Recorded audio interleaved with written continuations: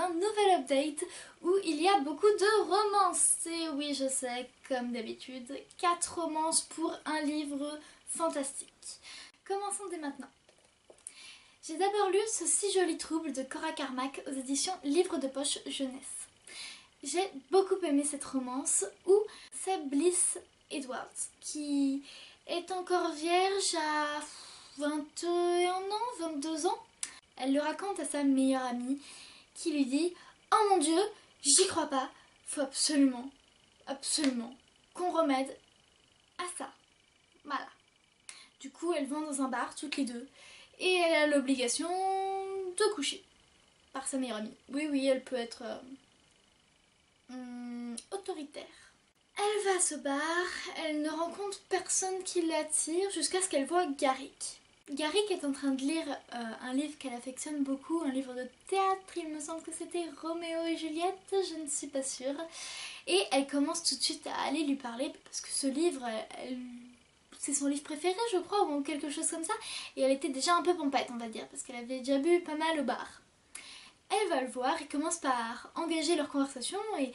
Bon, d'accord, Garrick est très beau, je l'avoue, vous m'avez eu, comme d'habitude. Bon, en même temps, un livre avec un garçon moche, moins attirant pour les lectrices. Lecteurs aussi, peut-être. Bon, voilà, elle finit par avoir Garrick, ils vont dans sa chambre, et ils commencent à se déshabiller tous les deux, et elle part en courant, se trouvant une excuse totalement bidon. Elle n'était pas prête. La honte, totalement la honte pour elle, elle a vraiment honte et c'est pire le lendemain quand elle se rend compte que c'est son prof de théâtre. Voilà. Bliss et Garrick sont profs de théâtre. C'est un peu chaud, non? Je ne sais plus s'il y a de la fesse dans ce livre. J'avoue que j'ai oublié. Il y en a peut-être. Je n'ai pas vraiment fait attention. Je l'ai lu le mois dernier il me semble, donc ça m'a pas vraiment marqué. Le livre est rafraîchissant je trouve, ça fait toujours plaisir. Il est simple, il n'y a pas vraiment de casse-tête, on n'est pas vraiment embarqué dans l'histoire où on en souffre, comme le prochain livre que je vais vous présenter, vous allez voir, où on en souffre, on se dit oh mon Dieu, je vais les mettre ensemble, nanani, nanana. C'est juste, on se laisse prendre par le livre, c'est plutôt court, c'est simple, c'est écrit gros en plus dans ce bouquin-là, donc ça passe juste rapidement et puis on se rend même pas compte qu'on l'a fini, c'est juste une très bonne histoire, ça casse pas 3 pattes à un canard, je dois bien l'avouer, mais c'est toujours sympathique. J'aurais aimé qu'on parle plus de l'avenir de Bliss, car elle ne sait pas trop quoi faire dans le monde du théâtre ou quelque chose comme ça. J'aurais aimé aussi qu'on développe peut-être sa famille ou son amitié avec sa meilleure amie qu'on a vue, que je vous ai décrite au début du résumé.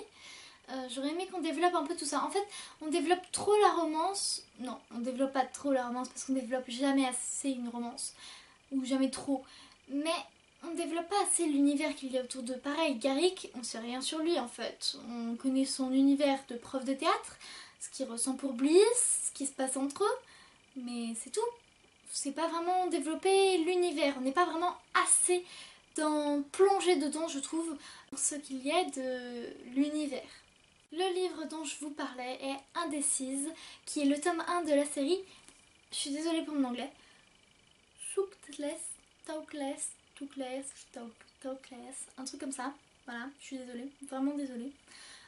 C'est de S.C. Stephens. Je suppose que c'est une fille.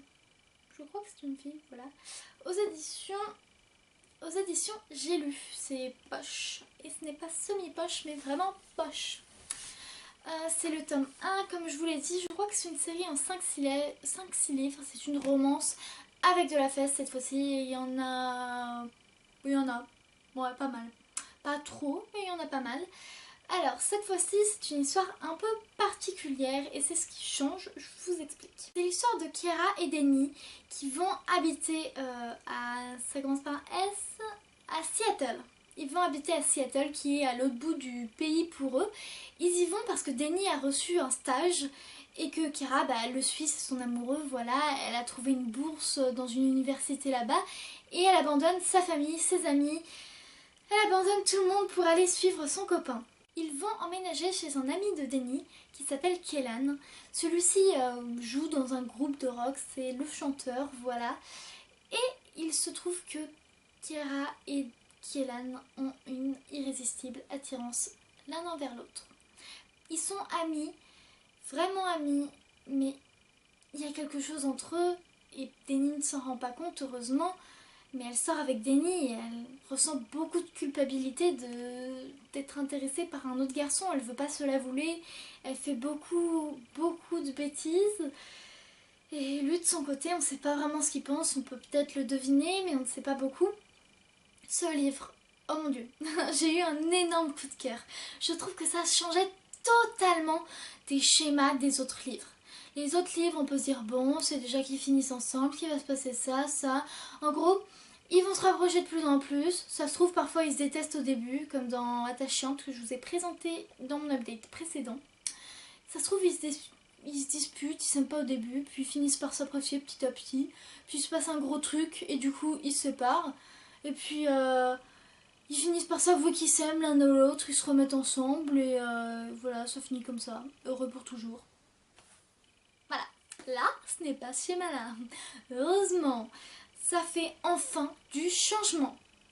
Enfin.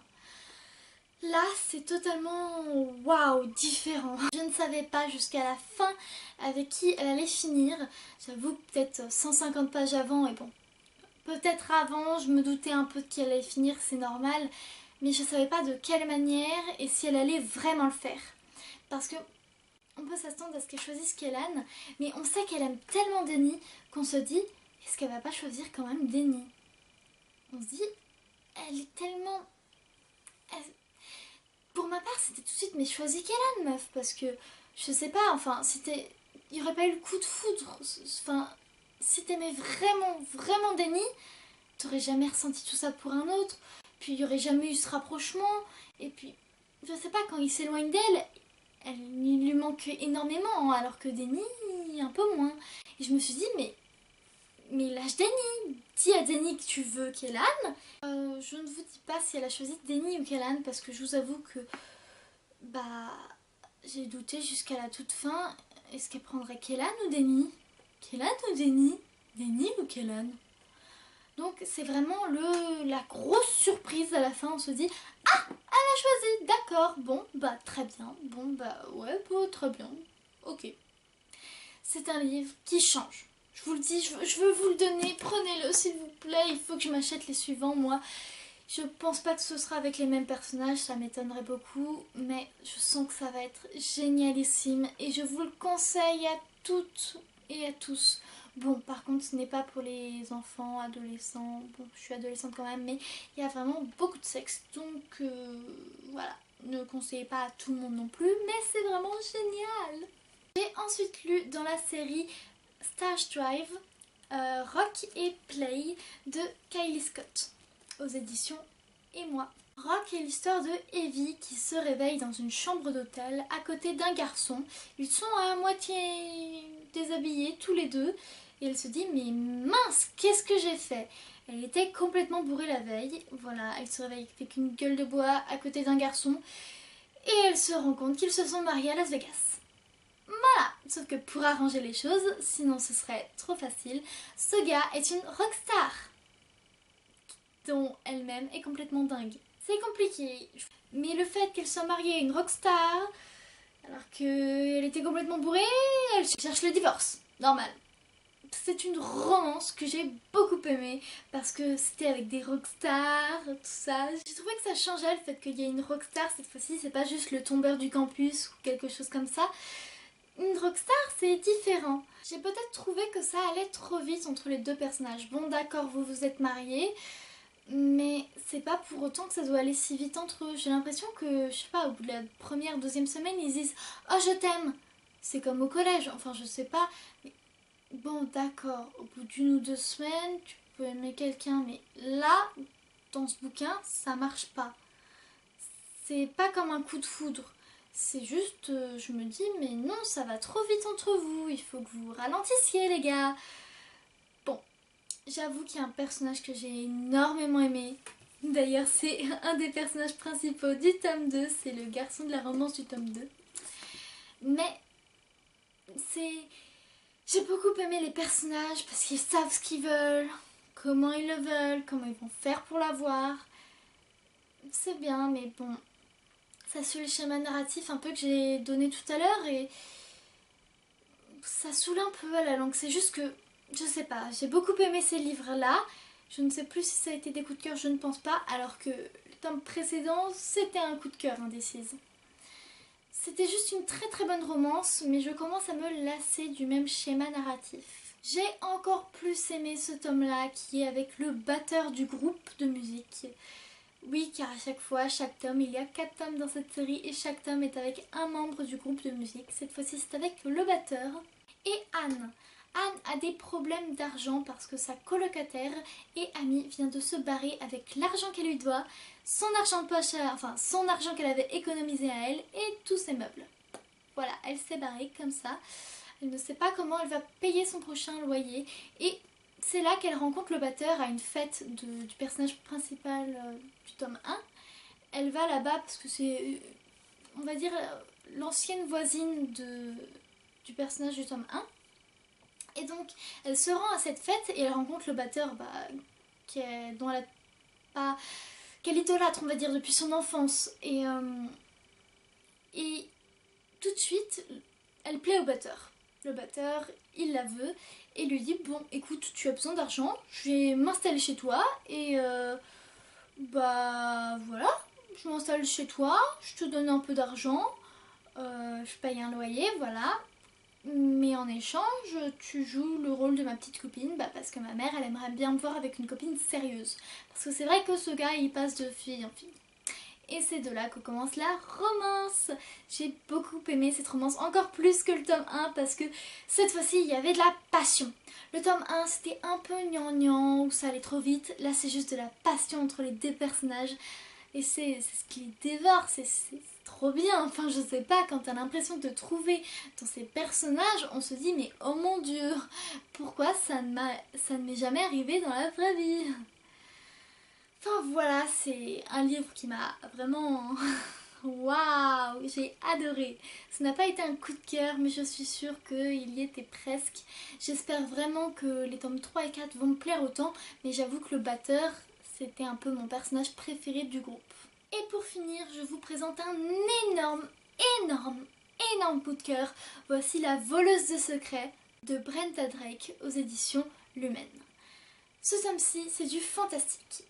Une fille totalement dingue des livres, ce que j'ai beaucoup aimé parce qu'elle est aussi passionnée par les livres que moi, se rend dans une grande bibliothèque. Elle se rend dans cette grande bibliothèque avec ses deux meilleures amies. Sauf qu'elle rencontre un garçon et elle le trouve vraiment très beau, elle le suit un peu des yeux, elle voit ce garçon ouvrir un livre, le regarder et plonger et disparaître dedans. Elle cligne des yeux et se dit « Il est passé où ?» Elle s'approche du livre, l'ouvre et disparaît dedans avec ses deux meilleures amies. Voilà, c'est du fantastique, elle disparaît dans un livre après le gars qui a disparu dedans. J'ai beaucoup aimé ce livre-là, les personnages étaient géniaux, très bien développés, l'univers, tu découvres tout, mais tout est bien développé, ça me fait penser... ça me faisait un peu penser à la passe miroir et Harry Potter, pour vous dire à quel point j'ai aimé. En plus, c'est une grosse briquette. Et le tome 2 sort le 26 janvier. Donc très prochainement, j'aurai pas trop de temps à attendre entre le tome 1 et le tome 2. Et ça, c'est vraiment bien parce que j'ai dévoré ce livre. Il y a la romance, comme d'habitude, qui était géniale, géniale, géniale. Les personnages, on s'y attache. Et même entre les actions, on ne s'ennuie pas. C'est toujours des choses, des petites choses qui nous intéressent, des personnages qu'on développe intéressants. Tout est intéressant dans ce livre-ci. Tout. Il y a des bouleversements, des renversements. On se dit, on croyait ça, et puis en fait, c'était ça. Oh mon Dieu, mais j'y croyais pas. C'est vraiment, mais waouh. Tu te dis, ah, mais en fait, on m'a fait tourner en bourrique depuis le début. Oui, oui, madame, oui. C'est le tome 1, j'ai oublié de le dire, de la série Librairie Jumpers. Voilà. Saut dans un livre, dans une librairie plutôt. Genre les bibliothèques. Non, d'ailleurs, library, c'est bibliothèque. Donc, saut dans une bibliothèque. Elle était dans une bibliothèque. C'était dans un livre, vous voyez le rapport. Enfin bref, vraiment, c'est un univers que j'ai adoré découvrir, que j'ai beaucoup aimé. On a des réponses à nos questions. Et ça, j'ai aimé. La fin m'a satisfaite.